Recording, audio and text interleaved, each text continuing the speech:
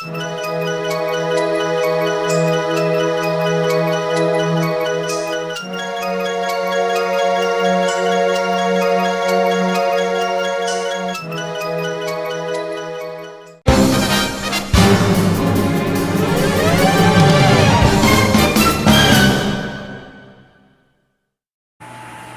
guys, Eddie here, and today we're taking a look at the Urban Legends, Marvel Legends Spider-Man. At least, now, I want to say I used to have this figure.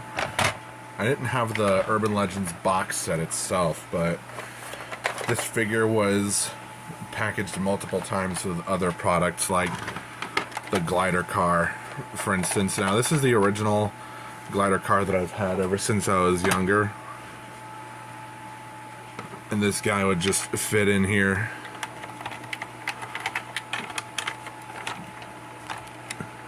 Although, I forgot how to do it. Oh, no. I'll be right back. You can fit him in there. Although he's clearly not sitting in the seat properly.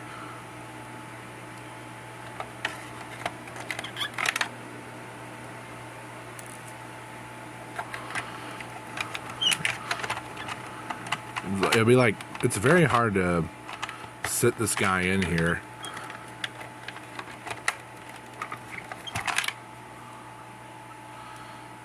But if you're able to do it, then good for you. But onto the figure itself, I want to say that, like, after messing with this again, this is definitely like the original Maximum Series figure. Like, it's better than paying $50, and I only got this for like 30. You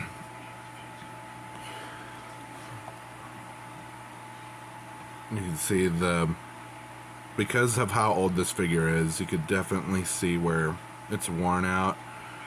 The webs aren't even painted on or printed on properly with this specific copy. The back spider is a little more of a duller red. And one weird quirk about this is that the head is kind of slightly tilted. Very slightly.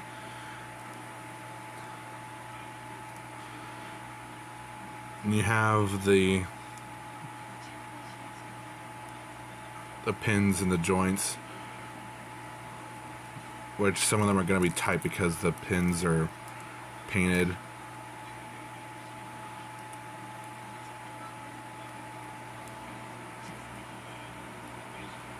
And because of I got this figure loose, he could be floppy, but I guess that's how old Toy Biz figures were.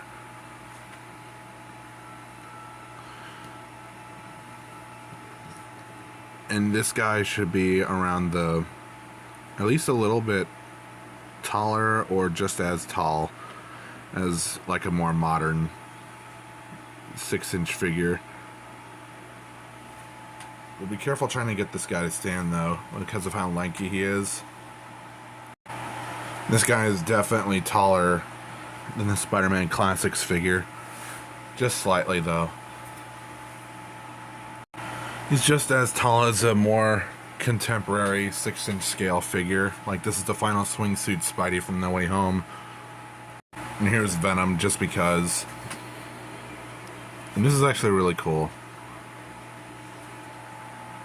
Articulation wise, the head can turn a full 360. He can look up this far in a disc hinge, look down this far, although the head can be a little loose.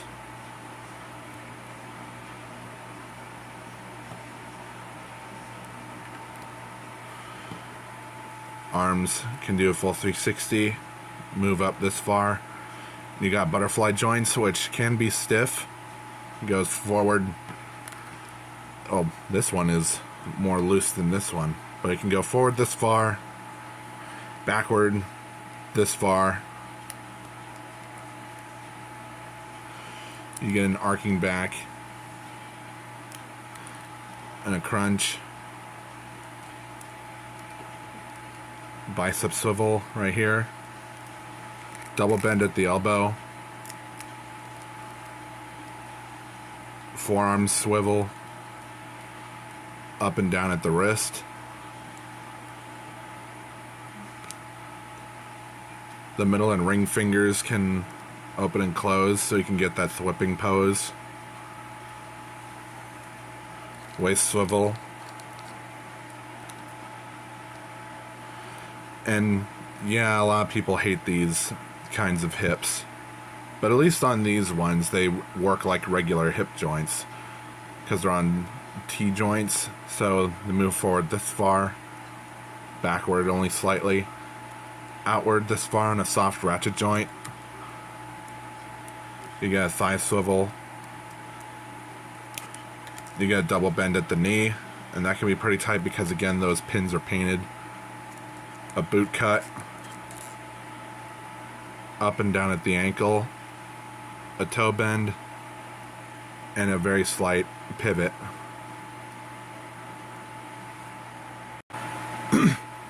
Overall, you can get lots of poses out of this guy. This is probably the most expressive Marvel Legends that I've ever had. And like, to have a Toy Biz era Marvel Legends that can pull off these kinds of very expressive poses, it's really cool. Way better than what Hasbro can do. But sorry, congestion. But yeah, like if you don't want to spend like the $50 on the Maximum series Spider-Man, which is essentially this but more proportionate, then I would recommend you pick up this Urban Legends figure.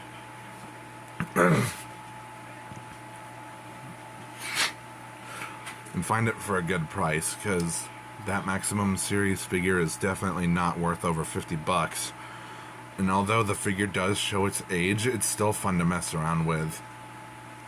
But that's really it for this video. I hope you enjoyed it. Like, comment, subscribe, hit the notification bell.